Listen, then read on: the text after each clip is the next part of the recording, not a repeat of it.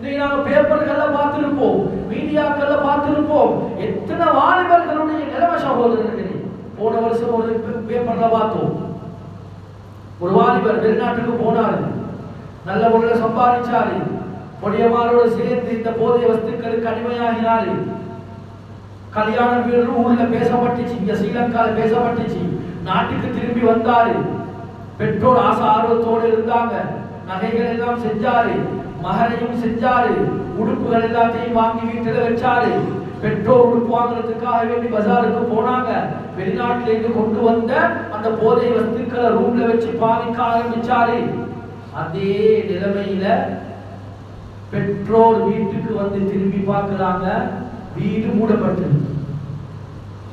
கல்யாணத்துக்கு 5 நாள் இருக்கு, மகர் ரெடி, ஆடைகள் எல்லாம் ரெடி, ஹோல் எல்லாம் புக் பண்ணியாச்சு, கல்யாண கார்டு அடிச்சு விநியோகிக்கப்பட்டுட்டு இப்ப முழுமையான தயாரிப்பு எல்லாம் முடிஞ்சு. ஆனா வீட்டுக்கு கதவை தட்டினா கதவு திறப்படுதில்லை. உடனடியாக பக்கத்தில் இருக்கக்கூடியதான் வந்து கதவு உடைச்சி பார்த்தா வீட்டு ரூம் மூடப்பட்டிருக்கு.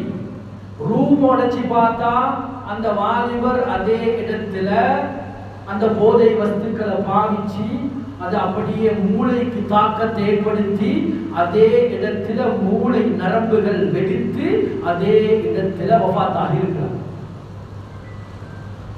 கண்ணியமானவர்களே, நிறைய செய்திகளை நாங்க பார்த்திருப்போம்.